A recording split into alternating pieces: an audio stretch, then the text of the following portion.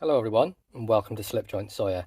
Today we're doing another sort of restoration cleanup of this really wonderful Barlow I picked up from Drew from Discord. He sold me a bunch of knives which we'll have a little look at in a minute while this thing's in the sort of ultrasonic cleaner. But we'll take a run round of the knife first, and it's not in bad shape, it's not really dirty or anything. I think I can bring it back to its former glory, get the bolsters polished up, clean up some of this Sawcut composition. But you will notice the bolster stamp on this one is different from normal Imperial Barlows. So they normally have this, just says Barlow on there. This says DE. Now that is for diamond edge, and that's a trademark that Imperial took back in the 60s, I believe. But this one is a USA made. It's a standard sort of Barlow pattern. You can see with the bolster sort of 1/3 length of the entire handle or covers. Full length close, we're looking at 3.4 inches close. We have carbon steel back springs. We have quite thin steel liners, and this is one of the ones with the clip-on construction, so you can just unbend those little tabs in there and then the whole scale sort of come off, and you can see at the end there they would just sort of slide on. Now this one's not in too bad of a condition that I would want to do that, plus you always run the risk if you do bend those tabs that they snap, and I have got an example of what can happen here. So you can see here is a camp knife I was cleaning up, tab bent off really nice here, and this one you can see snapped off, so I'm gonna have to do something to fix that, but the rest of it's really good condition. It's just a shame that happened. But we have brass pins holding this together, well, holding the composition scales onto the liners. Really nice two-bladed design. You have a pen blade on the front, see that there. There's some sort of edge on there, but these blades aren't sharp at all, so they need a bit of a touch up. Now this is carbon steel, so we can see we have a bit of patina on there, and seeing as there's quite a polish on this one already, I'm going to go for as shiny as I can get on the blades, I think, and bring it back to former glory.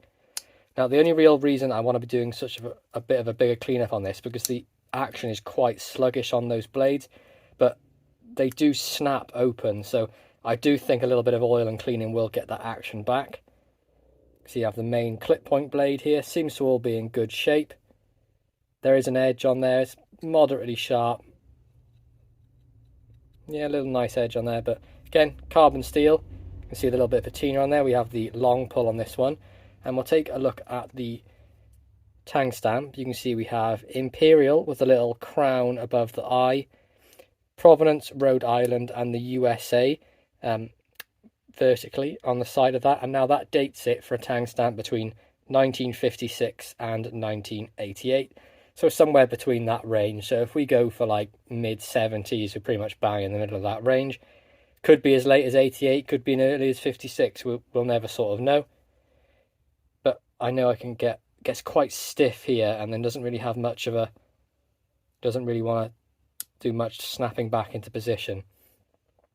You can see we have a little bit of dirt there inside the liners.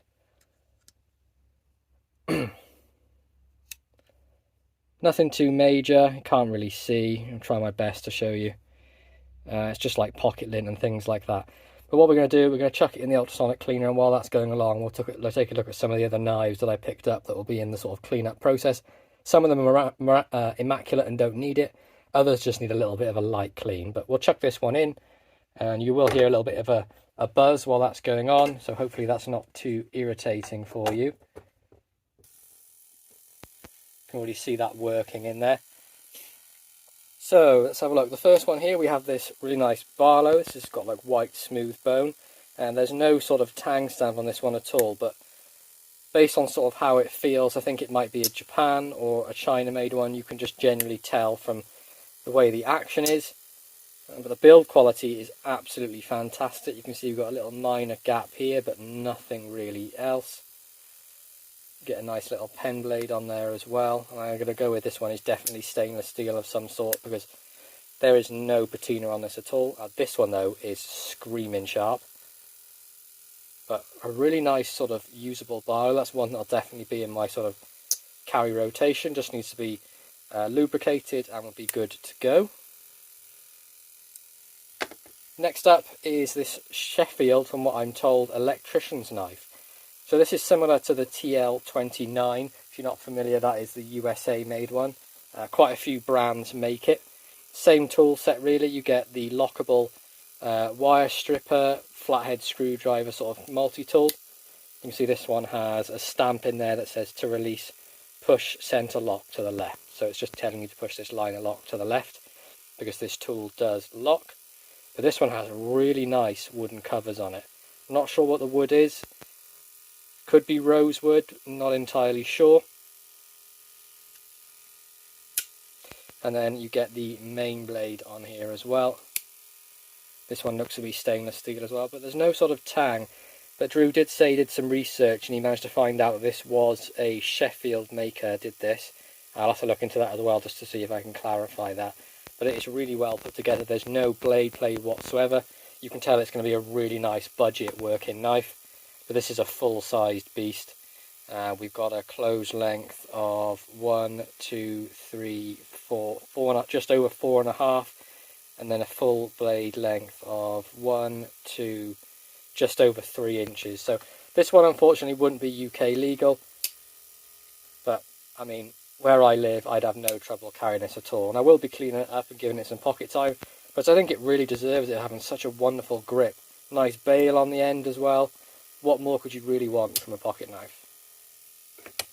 Next up, nice little Richards, part of their sort of budget line, again with the clipped on covers, and that goes all the way down to the other end. And this has some really nice sort of wood effect, sort of not celluloid, but that sort of plastic covering that goes over the scales. Nice half stop.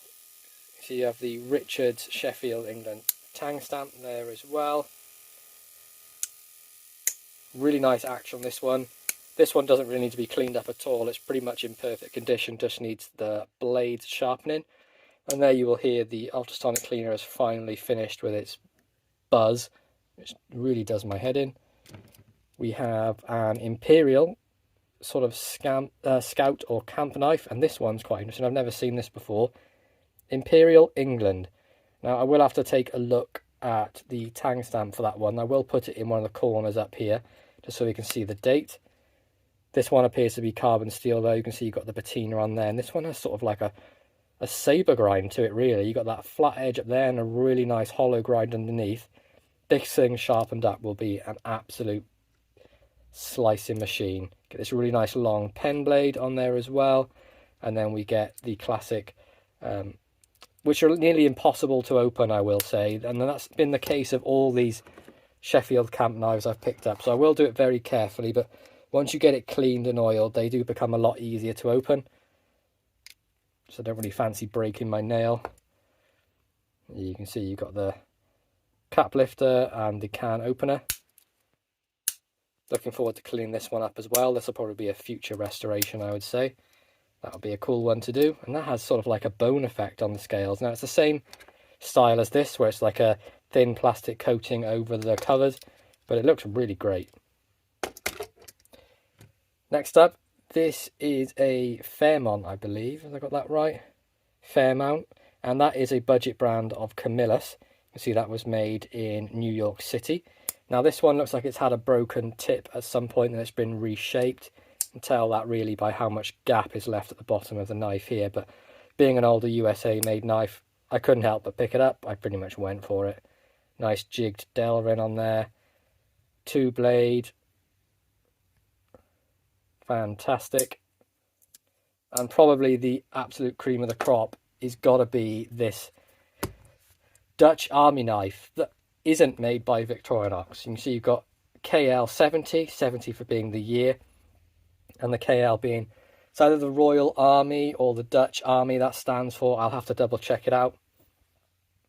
But you can see that was made by Amafa, and I looked that up, and that is a Netherlands knife manufacturer. So Dutch army knife made by the Dutch.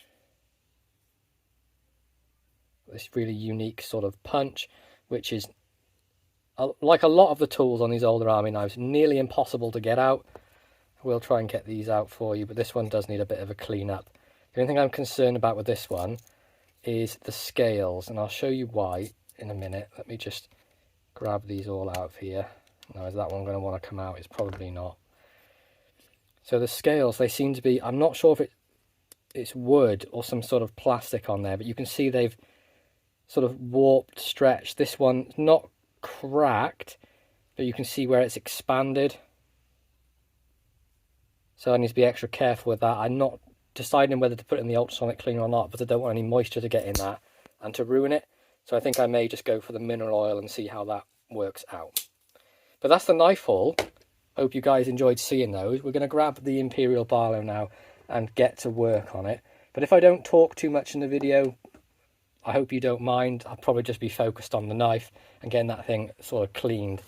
So we're just going to get a cloth, put that down, turn the light off for some reason, grab the knife out of there.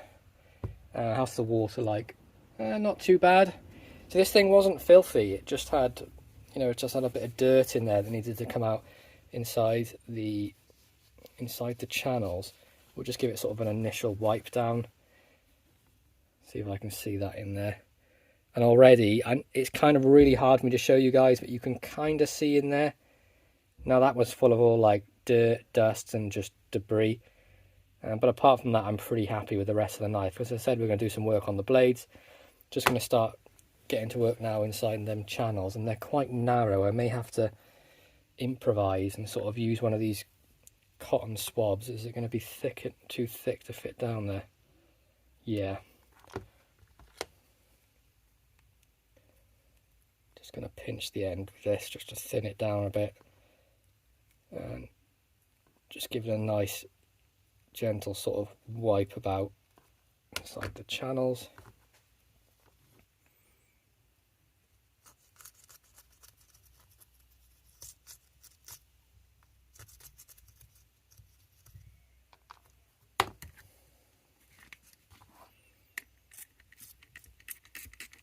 And that's just WD-40, nothing fancy, just to help break up some of that junk that's in there.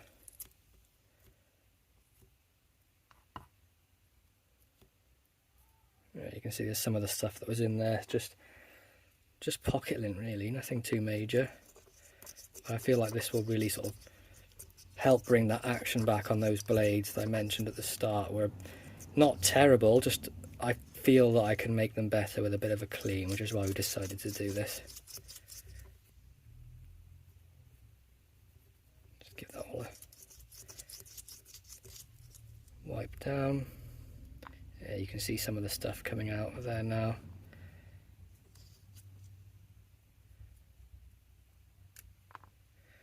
It looks to have some sort of cotton or just fluff really from someone's pocket in there. Just do those liners while I'm up here. It's already looking way better in there now. No, I don't really want to go using any sort of metal screwdrivers if I can help it in there, because I don't want to add any scratches that are unnecessary. But I think for those, that's gross, for the pivot area, I think I'm really going to have to do so. Let's give this a bit of a wipe down.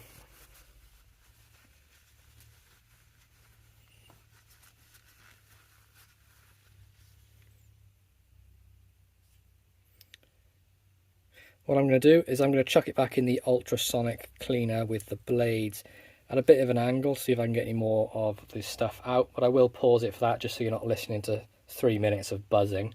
So I'll be back with you guys in a minute. We're back. Ultrasonic cleaner did its magic. It took all that sort of oil out there. I sprayed in to try and clean it. And what we're going to do now is open up the blades, and I'm going to be very gently using some victorinox tweezers to see if there's any sort of anything left over in there, because it feels like when I'm closing it there's something interfering with the springs, but it's really hard to sort of see in there if I can get anything out. But I don't want to put too many sort of scratches, but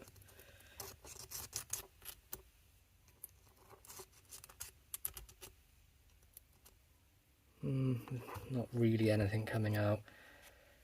And we're just going to leave that as it is. Probably give it another wash out. You can see how much better that is in there.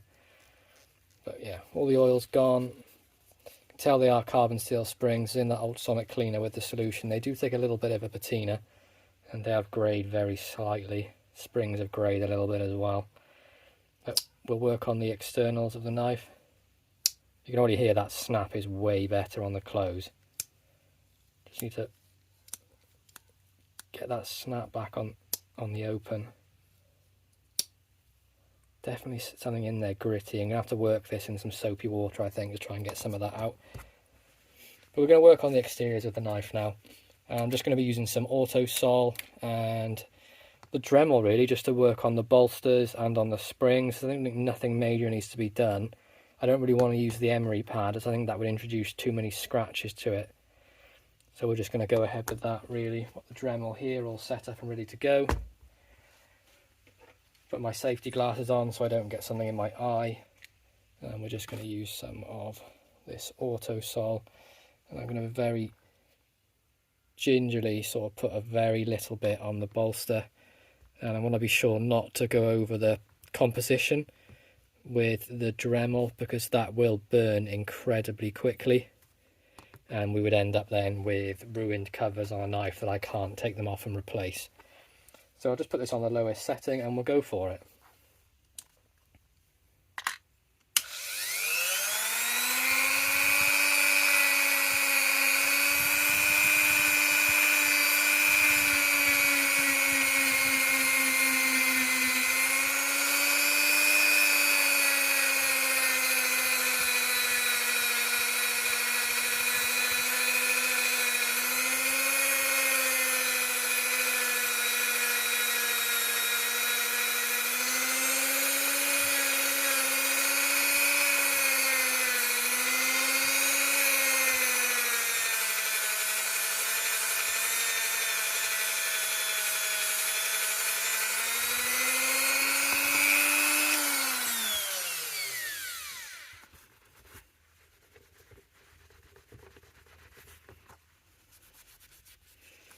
Just want to have a look at the difference. Yeah, it's getting there, getting a really nice shine on that. I'm going to work on the back springs as well.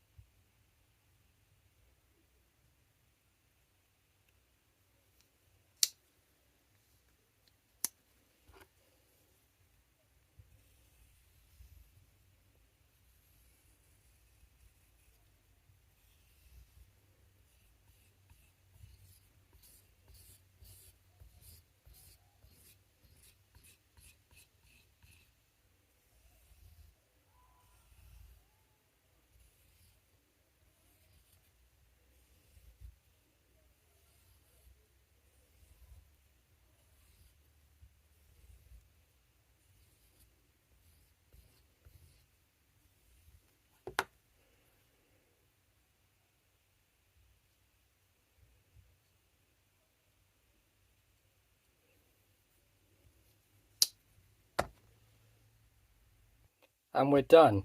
Apologies for the long video. If you stayed to the end, thank you very much.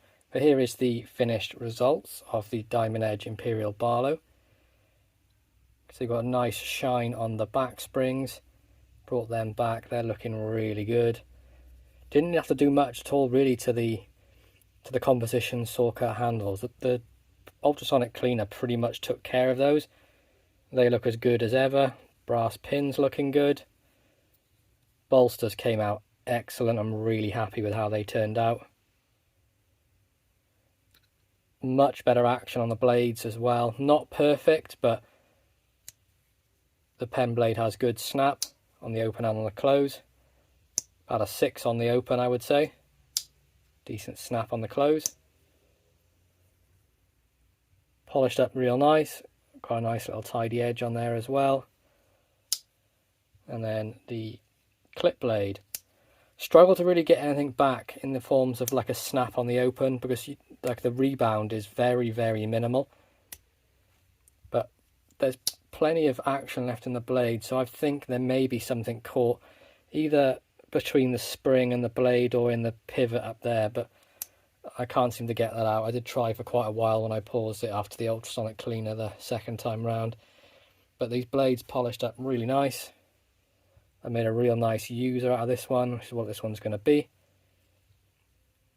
But there we go, guys. I hope you enjoyed this. Please be sure to like, subscribe and ring that bell for notifications, and I'll catch you in the next one. Peace out.